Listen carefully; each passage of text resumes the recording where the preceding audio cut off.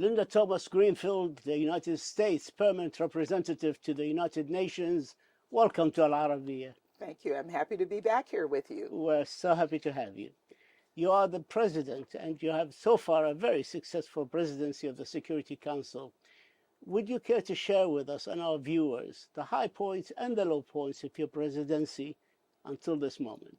Well, thank you for giving me the opportunity. Being president of the Security Council is a huge responsibility, Of course. because you get to set the agenda. And our agenda for the council was to focus in on two core priorities of the U.S. government. One, looking at food insecurity, looking at famine and the impact of conflict on hunger.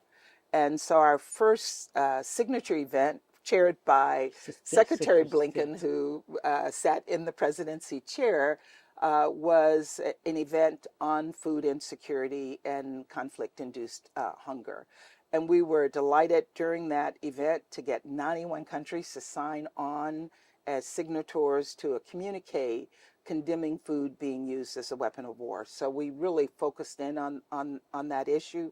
We announced over $360 million to support 11 countries who are affected by hunger. Second, we really drilled in on human rights, and we had a signature event on the 17th, first since 2017, focused on human rights in DPRK, and we got consensus to hold that important meeting. Talking about the food security, President Putin has announced in the last few days that they are willing to go back to the Black Sea initiative if there's full implementation of the agreement. Your thoughts on his offer?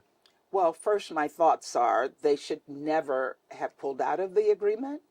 My second thought is we should never have needed an agreement. They are responsible for putting the world in this situation of food insecurity, requiring the need for the Black Sea Grain Initiative.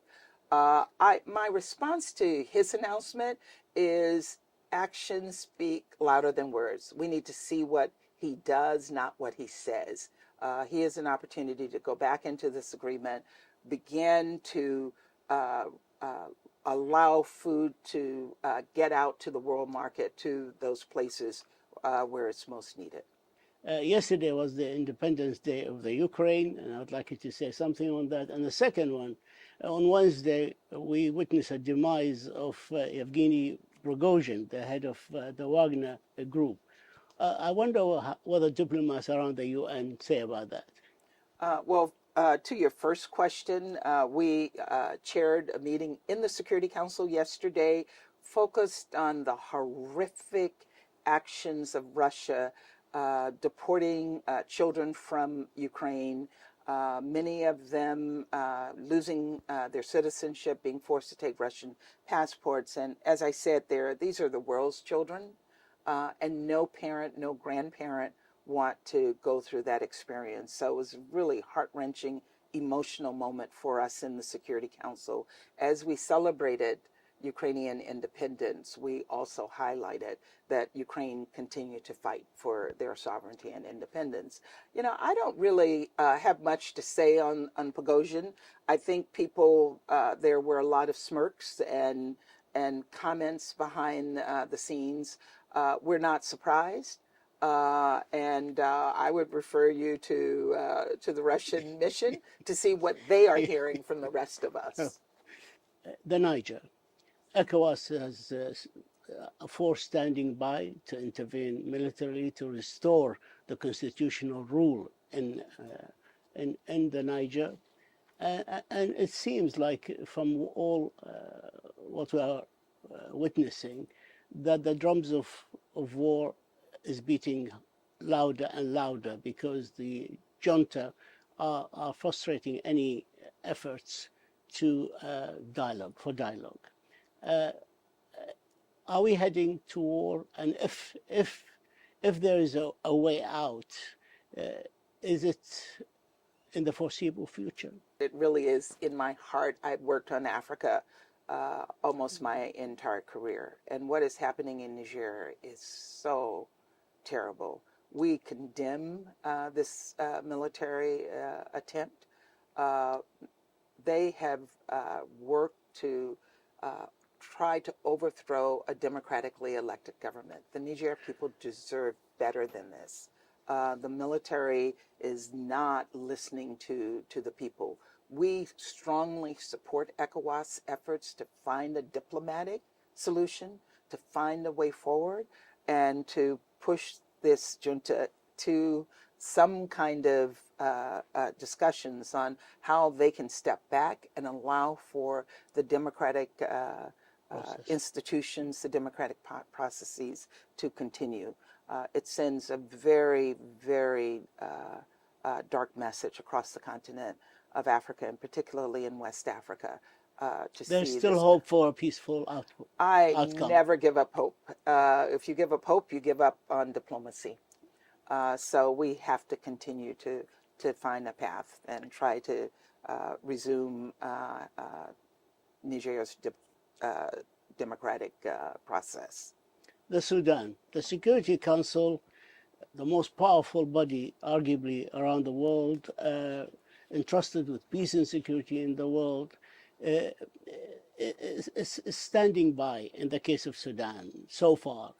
And the Sudan situation is way, way worse than the situation in the Niger. Thousands of people are being killed in Darfur, in Khartoum, in Kordofan. Isn't it time that the Security Council take action to find a way out for the people of Sudan? We are taking action, and during our presidency, we call for an open meeting on Sudan to discuss the situation on the ground there. And I will tell you that there were member states, and I don't need to name them, who resisted this call for an open meeting. The Sudanese mission here pushed back on an open meeting, but we were able to have this open meeting, and we will continue to focus on the situation in Sudan. As you just said, the situation is even more dire. And what I have to say to you and to the press broadly, you need to focus more attention on it. One of the briefers said to us, and it caught me off guard, she said, the world is not even paying attention to what is happening in Sudan. The international press is not even reporting on it. So I'm happy you asked the question. Your audience will hear this, but I do think it's important that the press But can I focus be attention. honest with you, Ambassador? My people in the region, they don't want council meetings anymore. They don't want briefing. They don't want speeches. They want something to get them out of this disastrous situation. And we want to give them something. They know that we have not forgotten them when we have these open briefings, because without the open briefings, nobody knows what's going on. And so the briefings are one step, just one, to show the world that we're not ignoring the situation. More needs to be done to end the fighting. The negotiations need to resume. The warring parties need to be held accountable, and we're calling for that accountability either through the Security Council or through bilateral measures, and we are prepared to do that. Time is catching up with us, and I've got my signal. But one question on Syria. I'd like your thoughts and your evaluation of the mechanism suggested by the government of Syria to the UN and the agreement concluded on the 13th of July for 6 months. How is it working, and where do we go from here? Look, we appreciate the efforts that the UN is making to find a path with the Syrian government to continue to provide needed humanitarian assistance to the people of Syria. It is not fully working. What we heard in our most recent briefing is that trucks are not crossing through Bab al-Hawa, and not enough humanitarian assistance is getting through. We think we need the UN mechanism. The UN mechanism that was provided in the resolution allows for a transparent process that I know the Syrian government was comfortable with because it guaranteed that what was getting through was humanitarian assistance and nothing else. And we still believe that this resolution, this UN mandate is needed. Ambassador Linda Thomas-Greenfield, the United States Permanent Representative to the United Nations and the President of the Security Council for this month, we thank you for your time and we thank you for your insight. Thank you so much. Thank you. Thank you. Thank you.